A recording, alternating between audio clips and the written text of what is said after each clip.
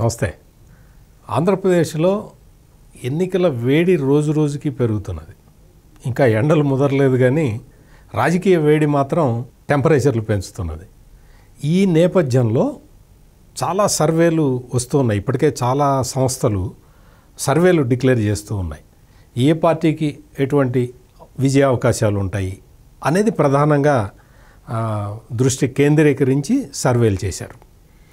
కొన్ని సర్వేలేమో శాంపులింగ్ ఎక్కువ తీసుకుంటున్నాయి, కొంతమంది ఏమో శాంపులింగ్ తక్కువ తీసుకొని చేస్తున్న సర్వేలు కూడా ఉన్నాయి.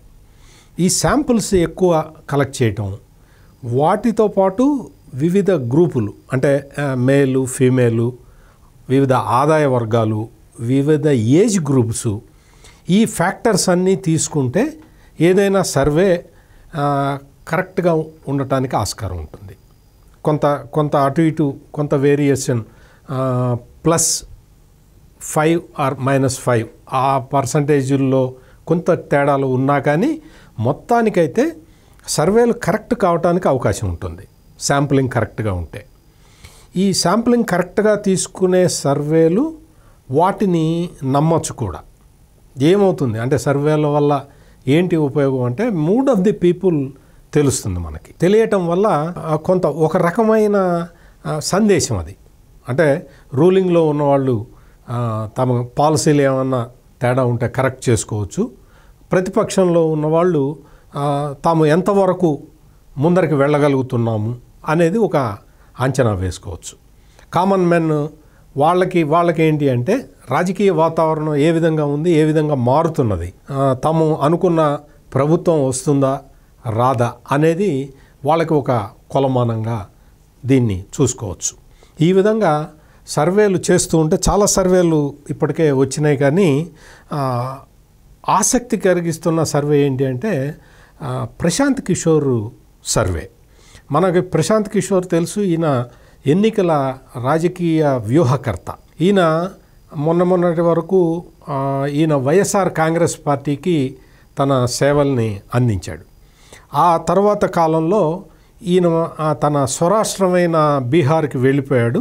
ఆయన అక్కడ ఒక రాజకీయ పార్టీని స్థాపించుకున్నాడు. ఆ తర్వాత ఈ రాజకీయ వ్యూహకర్త అనే పాత్రకి ఆయన తెరదించేశాడు. నేను ఇంకా ఏ రాజకీయ పార్టీకి కూడా వ్యూహాలు అందివ్వను అని ఆయన స్పష్టంగా చెప్పేసి ఆయన తన స్వరాష్ట్రానికి వెళ్ళిపోయాడు. అయితే ఈయన కొన్ని ఆసక్తికరమైన వ్యాఖ్యలు కొన్ని సందర్భాల్లో చేశాడు. అవేంటి అంటే నేను ఏదో స్ట్రాటజీ ఇచ్చి ఏదన్నా పార్టీని గెలిపించినప్పుడు ఆ పార్టీ ఏదైనా తప్పు చేస్తే, ఆ ముఖ్యమంత్రి ఏదైనా తప్పు చేస్తే ఆ ముఖ్యమంత్రి కన్నా ఎక్కువగా నన్ను తిడుతున్నారు అనేది ప్రశాంత్ కిషోర్ చెప్పిన మాట. ఇది ఆంధ్రప్రదేశ్ రాష్ట్ర రాజకీయాలకి సంబంధించి మనకు కూడా స్పష్టంగా తెలుసు. ప్రశాంత్ కిషోరు ఇచ్చిన వ్యూహాల వల్లే జగన్మోహన్ రెడ్డి గెలిచాడు. జగన్మోహన్ రెడ్డి గెలిచిన తర్వాత నుంచి కూడా ఆయన తీసుకుంటున్న నిర్ణయాలన్నీ కూడా ప్రజా వ్యతిరేక నిర్ణయాలే అనేది మనకి స్పష్టంగా తెలుసు. ఈ దళితుల మీద అత్యాచారాలు కానీ అక్కడి నుంచి మొత్తం అంత బలహీన వర్గాల మీద దాడుల దగ్గర నుంచి పోలీసుల హై హ్యాండెడ్నెస్, పోలీసులు ఏ విధంగా ప్రవర్తించారు, వైసీపీకి రాజకీయ ప్రత్యర్థులుగా ఉన్న వాళ్ళని ఏ విధంగా వేటాడి పోలీసులు కొన్ని ఇవి తీసుకున్నారు అనేది మొత్తం మనందరికీ స్పష్టంగా తెలుసు.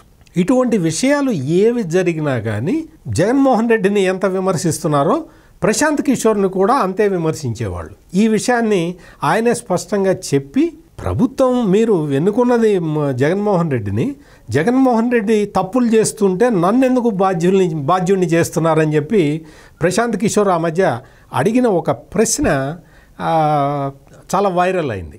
అందరూ కూడా అప్పటి నుంచి ప్రశాంత్ కిషోర్కి అనుకూలంగా ఆలోచించడం మొదలుపెట్టారు. ఇప్పుడు ఈ ప్రశాంత్ కిషోరు ఈ మధ్య ఒక సర్వే కండక్ట్ చేసి వాటి ఫలితాలని డిక్లేర్ చేస్తే అవి చాలా ఆసక్తి కలిగించేవిగా ఉన్నాయి. ప్రశాంత్ కిషోరు ఈ రాబోయే ఆంధ్రప్రదేశ్ అసెంబ్లీ ఎన్నికలలో ప్రస్తుతం అధికారంలో ఉన్న వైఎస్ఆర్ కాంగ్రెస్ పార్టీకి కేవలం 32 సీట్లు మాత్రమే వస్తాయి అని ప్రశాంత్ కిషోర్ అంచనా వేశాడు. 32 సీట్ల కన్నా ఎక్కువ వచ్చే అవకాశం లేదు అని చాలా స్పష్టంగా ప్రశాంత్ కిషోర్ చెప్పాడు. తెలుగుదేశం, జనసేన ఈ 2 పార్టీలు కూడా కలిసి పోటీ చేస్తున్నాయి.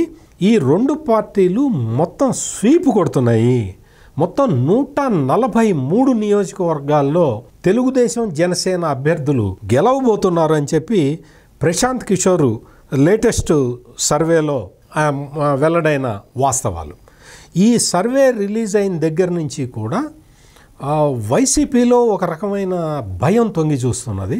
ఇప్పటికే మనం చూస్తూ ఉన్నాం, వైసీపీలో ఎక్కడా కూడా ప్రశాంతత లేదు. వాళ్ళందరూ కూడా చాలా వర్రీడ్గా ఉన్నారు. దానికి తోడు జగన్మోహన్ రెడ్డి పార్టీ అభ్యర్థులందరినీ మార్చటం, ఆ టికెట్లు ఎవరికి ఇస్తారో తెలియదు, ఎవరికి ఇవ్వడో తెలియదు. కొంతమంది దగ్గర అయితే జగన్మోహన్ రెడ్డి డిపాజిట్లు అడుగుతున్నాడు. అంటే ఎంపీ అయితే 150 కోట్లు డిపాజిట్ చేయాలి, ఎమ్మెల్యే అయితే 20 కోట్లు డిపాజిట్ చేయాలని కండిషన్లు కూడా పెడుతున్నాడు. అట్లా ఆ కండిషన్లు ఫుల్ఫిల్ చేయని వాళ్ళకి టికెట్లు ఇవ్వట్లేదు. ఈ విధమైన వాతావరణం అక్కడ నెలకొని ఉన్నది. ఈ సందర్భంగా ప్రశాంత్ కిషోర్ చేసిన ఈ సర్వే చాలా సంచలనం కలిగిస్తూ ఉన్నది. మొత్తం జిల్లాల వారీగా, అంటే ఉమ్మడి జిల్లాల వారీగా చూసుకుంటే శ్రీకాకుళం జిల్లాలో మొత్తం 10 అసెంబ్లీ స్థానాలు ఉంటే వైఎస్ఆర్ కాంగ్రెస్ పార్టీ కేవలం ఒకే ఒక్క స్థానంలో గెలవబోతున్నది. మిగిలిన 9 స్థానాలు టీడీపీ, జనసేన గెలుచుకోబోతున్నది. అదేవిధంగా విజయనగరంలో మొత్తం 9 అసెంబ్లీ సెగ్మెంట్లు ఉన్నాయి. అందులో వైసీపీ 3 స్థానాల్లో మాత్రమే గెలవబోతున్నది. మిగిలిన 6 స్థానాల్లో తెలుగుదేశం పార్టీ, జనసేన కాంబినేషను గెలవబోతున్నది అనేది ప్రశాంత్ కిషోర్ సర్వేలో తేలింది. అదేవిధంగా విశాఖపట్నం జిల్లాకి వస్తే మొత్తం 15 స్థానాలు అందులో ఉంటే కేవలం 2 స్థానాల్లో మాత్రమే వైసీపీ గెలిచే అవకాశాలు కనిపిస్తూ ఉన్నాయి. మిగిలిన 13 స్థానాల్లో తెలుగుదేశం, జనసేన అభ్యర్థులు విజయం సాధించబోతున్నారు. తూర్పుగోదావరి జిల్లాలో మొత్తం 19 అసెంబ్లీ స్థానాలు ఉంటే కేవలం 2 స్థానాల్లో మాత్రమే జగన్ పార్టీ గెలవబోతున్నది. మొత్తం 17 స్థానాల్లో తెలుగుదేశం, జనసేన కాంబినేషన్ విజయ దుందుభి మోగించబోతుంది అనేది ప్రశాంత్ కిషోర్ సర్వేలో తేలిన మరొక వాస్తవం. అదేవిధంగా పశ్చిమ గోదావరి జిల్లాలో 15 స్థానాలు ఉంటే అందులో 1 మాత్రమే వైసీపీ గెలవబోతున్నది. మిగిలిన 14 స్థానాల్లో తెలుగుదేశం, జనసేన అభ్యర్థులు విజయం సాధించబోతున్నారు. తూర్పుగోదావరి, పశ్చిమ గోదావరి ఈ 2 జిల్లాలు డిసైడింగ్ ఫ్యాక్టర్గా ఉంటాయి. ఈ 2 జిల్లాల్లో మామూలుగా సగం సగం సీట్లు రావడం అట్లా ఏమి ఉండదు. మనం సాధారణంగా అన్ని ఎన్నికల్లో చూస్తే ఏ ఎన్నికలో అయినా సరే ఒకవైపే మొత్తం ఫలితాలు అనుకూలంగా ఉంటాయి. ఈసారి తూర్పుగోదావరి, పశ్చిమ గోదావరి 2 జిల్లాల్లో కూడా తెలుగుదేశం, జనసేన కాంబినేషను విజయ్ దుందుభి మోగించబోతుంది అనేది ప్రశాంత్ కిషోర్ లేటెస్ట్ సర్వేలో వెల్లడైంది. ఇది మనం చూసాం. మనం సహజంగా జనసేన అధినేత పవన్ కళ్యాణ్ వారాహి యాత్ర చేసినప్పుడు ఈ 2 జిల్లాల్లో వచ్చిన జనస్పందన మనం చూసాం. ఆ స్పందన చూసినప్పుడే వైసీపీకి మతిపోయింది. జనసేనకి ఏ విధమైన అప్లాజ్ వచ్చిందో. ఆ తర్వాత తెలుగుదేశం పార్టీ జాతీయ ప్రధాన కార్యదర్శి నారా లోకేష్ యువగళం పాదయాత్రకు కూడా ఈ 2 జిల్లాల్లో విశేషంగా స్పందన వచ్చింది. చాలా ఊహించని స్పందన వచ్చింది. చాలా ప్రజాదరణ యువగళం పాదయాత్రకు వచ్చింది. అప్పుడే ఈ అంచనాకి, అంటే బేసిక్గా ఇటు అంచనాకు వచ్చారు, కానీ ప్రశాంత్ కిషోర్ లేటెస్ట్ సర్వేలో ఇదే విషయం స్పష్టమైంది. అదేవిధంగా కృష్ణా జిల్లాలో మొత్తం 16 అసెంబ్లీ స్థానాలు ఉంటే అందులో వైసీపీ కేవలం 2 స్థానాల్లోనే గెలవబోతున్నది. మిగిలిన 14 స్థానాల్లో తెలుగుదేశం, జనసేన అభ్యర్థులు గెలవబోతున్నారనేది ప్రశాంత్ కిషోర్ సర్వేలో తేలిన మరొక వాస్తవం. ఇదే విధంగా గుంటూరు జిల్లా చాలా కీలకమైన జిల్లా. ఈ జిల్లాలో 17 అసెంబ్లీ స్థానాలు ఉంటే ఇందులో కేవలం ఒకే ఒక్క స్థానంలో వైసీపీ చావుదప్పి కన్నులొట్టబోయిన చందంగా ఒకే ఒక స్థానంలో గెలవబోతున్నది. మొత్తం 16 స్థానాల్లో తెలుగుదేశం జనసేన అభ్యర్థులు గెలవబోతున్నారు అనేది ఈ ప్రశాంత్ కిషోర్ సర్వేలో వెల్లడైంది. ప్రకాశం జిల్లా విషయానికి వస్తే అక్కడ మొత్తం 12 స్థానాలు ఉన్నాయి. 12 స్థానాల్లో కేవలం 2లోనే వైసీపీ గెలవబోతున్నది. మొత్తం మిగిలిన 10 స్థానాల్లో తెలుగుదేశం జనసేన కాంబినేషన్ గెలవబోతున్నది. మనం చూస్తే ప్రకాశం జిల్లాలో చాలా వైఎస్ఆర్ కాంగ్రెస్ పార్టీలో చాలా లుకలుకలు కనపడుతూ ఉన్నాయి. మరి ముఖ్యంగా చాలా ఇంపార్టెంట్ వ్యక్తులు అనుకున్న వాళ్ళని ఒంగోలు ఎంపీ మాగుంట శ్రీనివాసులు రెడ్డిని తీసి పక్కన పెట్టడం, వేరే ఒక కొత్త క్యాండిడేట్ని తెచ్చి ఎంపీ క్యాండిడేట్గా పెట్టాలనుకోవటం, అక్కడ జిల్లాలో ఇంతకాలం ఒక ప్రముఖ పాత్ర పోషించిన బాలినేని శ్రీనివాసరెడ్డిని ఒక డమ్మింగ్ చేసి కూర్చోబెట్టడం, మొత్తం వైవి సుబ్బారెడ్డిని ఆయన్ని మొత్తం జిల్లాకి ఆయన చెప్పినట్టే నడవటం, అంటే ఏకపక్షంగా నిర్ణయాలు తీసుకోవడంతో ప్రకాశం జిల్లాలో వైసీపీలో ఒక తీరని ఆవేదన మిగిలిపోయింది. ఆ పార్టీలో లీడర్లందరూ కూడా ఏం చేయాలో అర్థం కాని పరిస్థితుల్లో కొట్టుమిట్టాడుతున్నారు. ఒకవైపు ప్రజా వ్యతిరేకత, మరోవైపు వైసీపీ అధిష్టానం తీసుకుంటున్న తప్పుడు నిర్ణయాలు. వీటితోటి ప్రకాశం జిల్లా మొత్తం, అంటే ప్రకాశం జిల్లాలో ఉన్న అన్ని స్థానాల్లో కూడా వైసీపీ చాలా ఎదురీత, అసలు ఎదురీత కాదు, అసలు గెలిచే అవకాశమే కనపట్టలేదు. మరి ఎందుకో ప్రశాంత్ కిషోర్ సర్వేలో మాత్రం 2 స్థానాలు వైసీపీకి వస్తాయని తేలింది. మామూలుగా అంటే ఇప్పుడు ప్రస్తుతం రాజకీయ వాతావరణం చూస్తే మాత్రం ప్రకాశం జిల్లాలో ఆ 2 స్థానాలు కూడా వచ్చే అవకాశం కనపట్టలేదు. అయితే ప్రశాంత్ కిషోర్ సర్వేలో వైసీపీకి 2 సీట్లు ఇచ్చారు. మిగిలిన 10 స్థానాలు తెలుగుదేశం జనసేన కాంబినేషన్లో విజయం సాధించబోతున్నారు ఆ పార్టీలకు సంబంధించిన అభ్యర్థులు అనేది. ఇటీవల మనం చూసాం ప్రకాశం జిల్లాలో, మరి ముఖ్యంగా ప్రకాశం జిల్లాలో క్రిస్మస్ సెలబ్రేషన్ల సందర్భంగా కొన్ని చోట్ల జరిగిన గెట్ టుగెదర్స్ లాంటి పార్టీలలో మొత్తం వ్యతిరేకంగా, అంటే జగన్మోహన్ రెడ్డికి వ్యతిరేకంగా చాలామంది మాట్లాడారు. అది ఒక ఇండికేషన్గా మనం తీసుకోవచ్చు. ప్రశాంత్ కిషోర్ సర్వేలో కూడా పూర్తి వ్యతిరేకత వైసీపీకి ఉన్నట్టుగా స్పష్టంగా అర్థమవుతుంది. నెల్లూరు జిల్లా విషయానికి వస్తే మొత్తం 10 స్థానాలు ఉన్నాయి. 10 స్థానాల్లో 3 స్థానాలలో మాత్రమే వైసీపీ గెలవబోతున్నది. మిగిలిన 7 చోట్ల తెలుగుదేశం జనసేన అభ్యర్థులు విజయం సాధించబోతున్నారు. మనం చూసాం ఇప్పటికే ఆనం రామనారాయణ రెడ్డి లాంటి సీనియర్ నాయకుడు, నిజాయితీపరుడైన నాయకుడు వైసీపీ పరిపాలనలో పూర్తిగా విఫలమైంది అన్న ఒక ఉద్దేశానికి వచ్చేసి ఆయన తెలుగుదేశం పార్టీ వైపు వచ్చేశారు. అదేవిధంగా నెల్లూరు రూరల్లో ఉన్న కోటంరెడ్డి శ్రీధర్ రెడ్డి ఆయన కూడా వైసీపీ మీద తిరుగుబాటు ప్రకటించేసి యువతలకు వచ్చారు. అదేవిధంగా చంద్రశేఖర్ రెడ్డి ఆయన కూడా వైసీపీ నుంచి బయటకు వచ్చారు. మొత్తం ఎక్కువ మంది ఎమ్మెల్యేలు అధికార పార్టీ నుంచి ప్రతిపక్షంలోకి వచ్చిన జిల్లా నెల్లూరు జిల్లా. నెల్లూరు జిల్లాలో ఈ విధమైన రాజకీయం జరుగుతున్నది. మరి అక్కడ వైసీపీ ఏ విధమైన ప్రభావం చూపించే అవకాశం కనపట్టలేదు. అక్కడ అసలు క్యాండిడేట్లు పోటీ చేయడానికి కూడా ముందరికి రాని పరిస్థితి అక్కడ ఉన్నది. అక్కడ మొత్తం కూడా వైసీపీ మొత్తం కూడా స్తబ్దుగా మారిపోయి ఉన్నది. అయితే మరి ప్రశాంత్ కిషోర్ సర్వేలో మాత్రం 3 స్థానాలు వైసీపీకి ఇచ్చారు. 7 స్థానాలు తెలుగుదేశం జనసేన కాంబినేషన్ గెలుచుకోబోతున్నది.